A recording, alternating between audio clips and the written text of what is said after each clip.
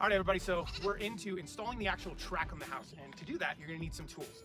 Most important tool, ladder. I like these A-frame ladders. They're little giants, there's other brand names or whatever, but they extend, they can go A-frame, they can go up to 24 feet, 23 feet, something like that. They can support like 250 pounds or 300 pounds or something. So these are great ladders. They're very universal. They work in almost every situation. If you start getting above that, you might need a lift, or you might need a 5-foot ladder, a standoff ladder, something like that. But this will get you through almost every job, okay? This is my favorite tool to cut track. This is a ratcheting. There you go. So ratchets in, right? This is a ratcheting hand miter tool. This will make almost every cut you need. If you get really acute, and let's say you go like this and you're cutting something that's more than 45 and you're trying to cut it, it probably isn't the best tool. At that point, you're gonna need an actual chop saw. But for the most part, this tool can make 90% of the cuts. And it's really beneficial because if you're up there on the top of that ladder, you don't wanna have to keep coming back down every time in order to cut the piece of track. This chop saw, this blade here is a carbide blade. It's a metal cutting carbide blade, okay? Has no teeth on it. I don't know if you can see that in there or not, but this is more like a grinder blade that you would cut metal with or cut whatever, but it works perfect for the track. So this is what I recommend getting. This will allow you to cut straight down. Make sure obviously you get one that can be turned like that. And as you can see, the blade here, metal carbide. Drill, this is very important. You're gonna be drilling a lot of screws in that are gonna be Phillips screws, okay? So battery operated, small drill. Screws, these are the type of screws I use. They're called pan head screws. So if you look at that, it's flat, okay guys? It's flat on the top, and it's flat for a reason. The lights clip into the track. So if this were too deep or protrudes too far from the base of the track, it will affect the way that that pebble sits inside the track. So you want something that's fairly flat, that's gonna be very good as far as clipping the lights in. It's not going to interfere. You're going to need some of these. These are little clamps. You do have to hide all the spacer cable. It's jumping from one run to the next run or whatever. But this is important because there's a lot of times where you need to tuck that wire somewhere and you need to hold it in place. Now they always come in silver. I also get these just off of Amazon. The pan head screws I get off of Amazon. All this stuff is fairly inexpensive. It's outdoor rated, won't rust. My next item, which is an outdoor rated screw. Okay, you don't want it to rust out or anything, but you need to have an outdoor rated screw. This clamp though is silver, so you are going to have to paint these a lot of times. Went up on this house, it's got black trim. Most likely I'm going to have to come back in every one of these. I'm going to have to use a little bit of brush touch-up paint of black. Lastly, you're going to need zip ties, okay? Zip ties are important. You do tend to go up around or behind gutters and things like that. If you've got your control box mounted somewhere and you got to go up a downspout in order to get to the lights or whatever, you got to hide that as well as possible. You don't want the cord flinging around and stuff like that. So these are really nice in order to tie these up if you don't want to use clamps or something like that. Sometimes a nice little zip tie will hold things in place very well. UV rated, long lasting, high quality zip ties. That's all the tools that you need to get started, okay? There are other things. Precision snips are nice to kind of chisel away the track and things like that. Multi-tool is actually very nice. We found that very handy in a lot of jobs where we can put on like a little cutting blade and trim up the track and stuff around certain areas and stuff. But for the most part, I mean, all the tools you need are right here in this area. Okay, very simple, very easy. I would actually recommend a utility knife. That seems to be fairly commonplace with any type of like construction type of work or whatever. So you will need a knife or a utility knife in case you need to score something or if you need to cut tape or something like that. Okay, that's everything you need. All right, everybody, so here we are, ready to install the track. First thing we need to do is figure out where is the position of that track going to be located. Typically, you're not going to be as, you're not going to have as much of an option as you think you're going to have, okay? Sometimes you can mount it right up here next to the shingles. On this particular house, it's not really a possibility, and it wouldn't look good anyways. The drip edge is actually very, very thin. It's less than 3/4 of an inch up here, so that's not really a possibility. You can mount it right under it. You're not gonna ever see the difference. If that was a good way of doing it, this would be the way to mount it. 3 screws always, those pan head screws, one right here, one right here, one right in the middle. 3 screws per piece, okay? However, don't mount it here. There's a reason for it. If you mount it here, when you come across this corner here, it's gonna have to go under the gutter, okay? You're either gonna attach it to the gutter or the fascia. Anytime there's a fascia, I recommend using the fascia. Screws are better than using a tape onto a gutter. Gutters get replaced, fascia doesn't usually get replaced, so you just want to avoid any possibility of having to come out and redo the track if needed, like if there's a storm that comes through, gets hail damage, and all your roof and gutters need to be replaced. Either way, it really comes down to this part. There's a 4-inch drop here, okay? You do not want to see that because at night it's crazy noticeable. It looks great during the day. okay? And you do this and down. But what happens is, at night, you see very clearly there's a line of lights here, and then the lights drop 4 inches and then go across. That's not a great look, okay? You want a seamless look at night. This is a nighttime product, so you wanna make sure that the night is what shows the best. In this particular case, if I've got lights coming over here, and I know that this is the level that I've got, right? Essentially, I want it to be in line with that. So I'm going to basically put the track here. I'm gonna measure that, mark that, and then I'm gonna basically block it off or put a chalk line all across here, okay? And that chalk line is gonna tell me the level that I need to go up the entire way. So that way I can mount the track. Again, 3 screws here. That's how you first figure out where you're gonna mount the track. Now these lights are pointed outwards. There are other options, of course. We'll talk about them, we've mentioned them, but they can go right underneath here, going up into the soffit. Just put screws right there. On this particular one, it does not have enough of a fascia overhang in order to mount it inwards. So inward mounting is just not an option on this house. You got downwards, you got outwards. Those are the only real options. Other than that, I think that's it. So we're gonna go ahead and get started. I'm gonna go over to that corner section, but keep in mind, whenever you start mounting your track, make sure that you go to a corner first or a peak. Sometimes there's like little funky stuff that goes on the peak, architectural type of elements that are up there that can cause depth and width issues and stuff like that. But always go to a corner. Make sure when you're going to a corner, when it wraps around, it's gonna be the same level. Because if it doesn't, like I said, at night, you're gonna have a bad result.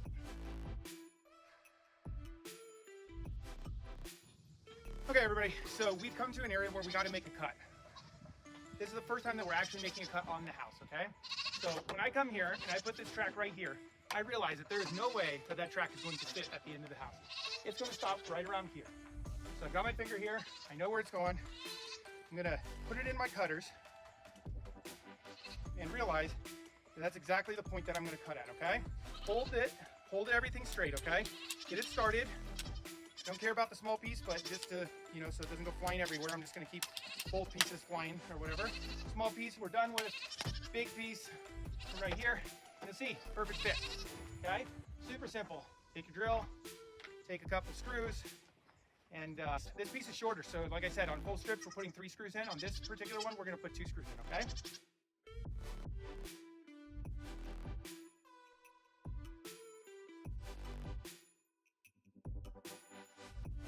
Each piece of track is 3 feet long. Be sure to include an 1/8-inch gap between each piece of track. This allows for the track to expand.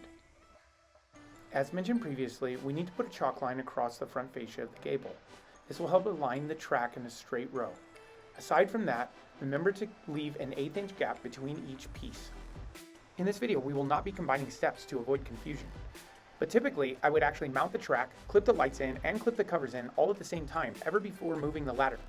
On an efficiency basis, this helps prevent moving the ladder back and forth all the time in order to clip the lights in, mount the track, clip the covers in, do it all at once and save time.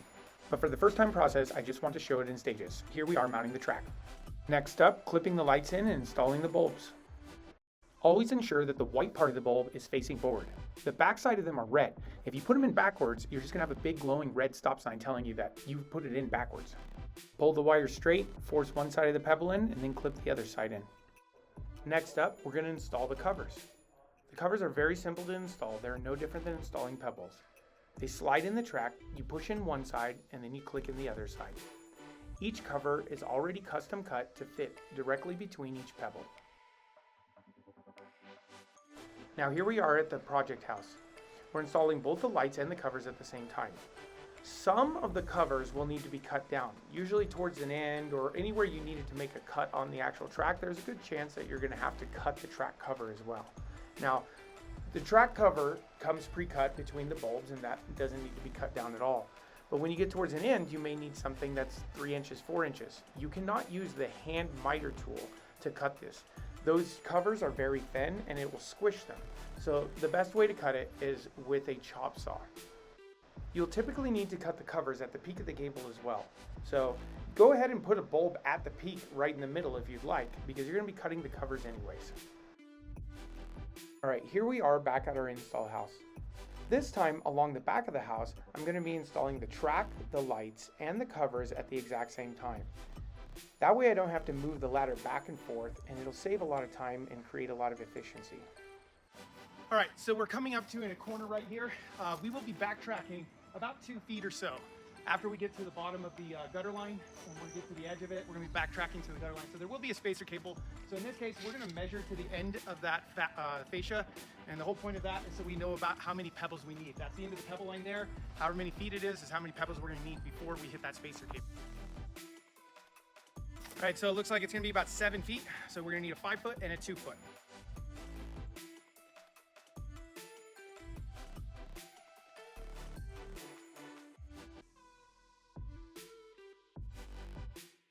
All right, so it turns out we can use one more pebble, which is great. After that, we're gonna be jumping to the line up above there. Now, I don't know if that's gonna require a 2 foot cable or a 1 foot cable. So I've got a 2 foot spacer and a 1 foot spacer that's gonna go in after this 1 foot pebble. All right, perfect. So we've got it all set up here. Everything looks good.